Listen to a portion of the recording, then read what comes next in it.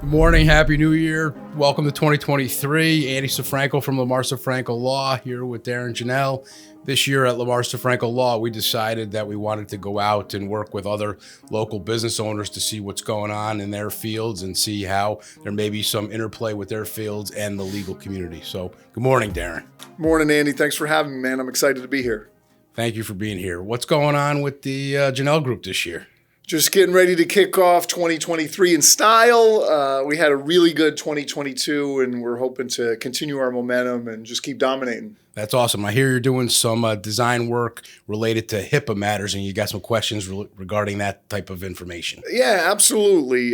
So we're building. We got 2 or 3 clients really in the healthcare space, and we're building software applications for them. Right. So for the people listening who might not know anything about our business, we're software developers for hire. We build custom software for companies.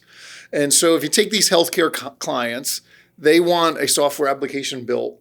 They have to be HIPAA compliant, and therefore this application that we're building for them, in each of the cases, it houses patient data, and so that application must be HIPAA compliant. So then I guess we must also be HIPAA compliant.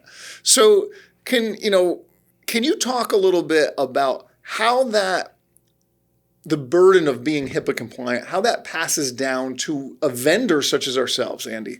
Yeah, so HIPAA is a really complicated area of the law, Darrin, and typically a company such as yours would not be required to be HIPAA compliant. HIPAA generally applies to those involved in the medical field, but because you are working with what is considered a covered entity, a medical provider, you are then now have to comply with the HIPAA requirements, which means you have to protect all the health records that you and your team are now available to. And if you don't, you're then subject to the regulations and the violations of potentially violating HIPAA.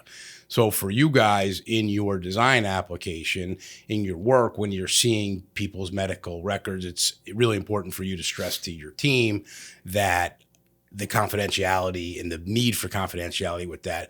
But even more importantly to that is if there were a breach for whatever reason, even if complete by accident or during a testing you find a breach, you would have to notify the covered entity that you're working with, and they would ultimately have to notify the government so that they could come in and see what the breach was and that it's been fixed.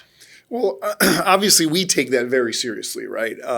We know all of, or I shouldn't say all of, but we're studying all of the requirements. We've got data encrypted at rest. We're limiting who has access to what, and really trying our best to abide by all of the rules. But there are so many rules. Have you seen any cases where a third-party vendor, either through like blatant negligence or through a true honest mistake, has had a breach and has been punished for that? So there are some compliance actions that are going out, and when that happens, again, those types of actions are based upon the egregiousness of the error. If it's a simple minor error, the government may come in and suggest some sort of a corrective action, may do some sort of a de minimis fine. But if they find that it's a common pattern or it's happening over and over again, or it's based upon wanton disregard or just intentional failures,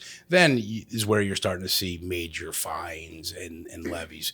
The fines associated with HIPAA can, be up to $62,000 per violation. And there's 4 levels of violations and tiers based upon the nature of it. And if there's repeated, the fine just can add up and up and up. So what you typically see is that there was a breach and it's minor and it's fixed and there's correction and that's it. But when you start seeing those repeated happen, that's when you start seeing fines and bigger fines coming in. Sure. And that language can be really scary to read, right? You're looking through and you're like, wait, $62K per violation. You start saying, what if we ever had, I don't know, there was a case where there was 100 violations or something like that. But It does seem, right, if you're coming at this with really good intentions and you're trying your best to meet all of the requirements, I don't want to say like, oh, you're fine, but if something was found or there was a problem, it would probably be more corrective action. Is that kind of what I'm hearing? Exactly. Absolutely. If you're taking the necessary precautions to protect this information and you have policies and plans in place and you're abiding by your policies and plans, and those are reasonable policies and plans, then if there's a breach, then they're going to come in and say, well, how did that breach happen? Why did it do that? If you have no plan and, everybody's medical records are at the lunch table where everybody can see all the time, then you may start to see where there would be some enforcement against you. Yeah, that makes sense. Well, thank you for clearing that up, Andy. Maybe let's switch gears a little bit. So, like many service-based businesses, we operate on contracts, right? MSAs, master services agreements, and then SOWs, statements of work for our different engagements. So say we have a SOW with a client. We're going to do X, Y, and Z for this price. And we hit all of that, right? We do X, Y, and Z, letter of the law, contract, and then they can't pay or they're not paying. What legal action can we take? Is that contract legally binding? Can we ultimately sue in court? What do we do with a delinquent payer? Yeah, so with delinquent payers becomes difficult, right? It's the old adage, right? You can't get blood from a stone.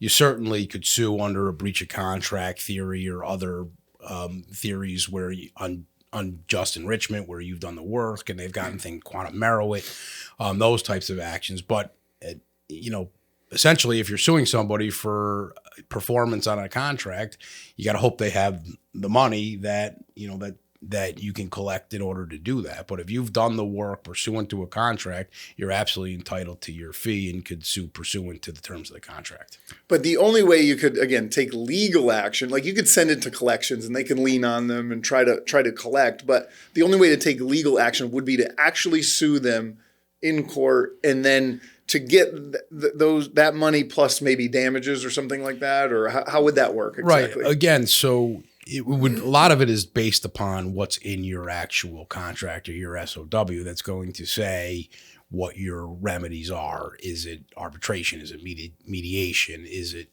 go to court and sue us?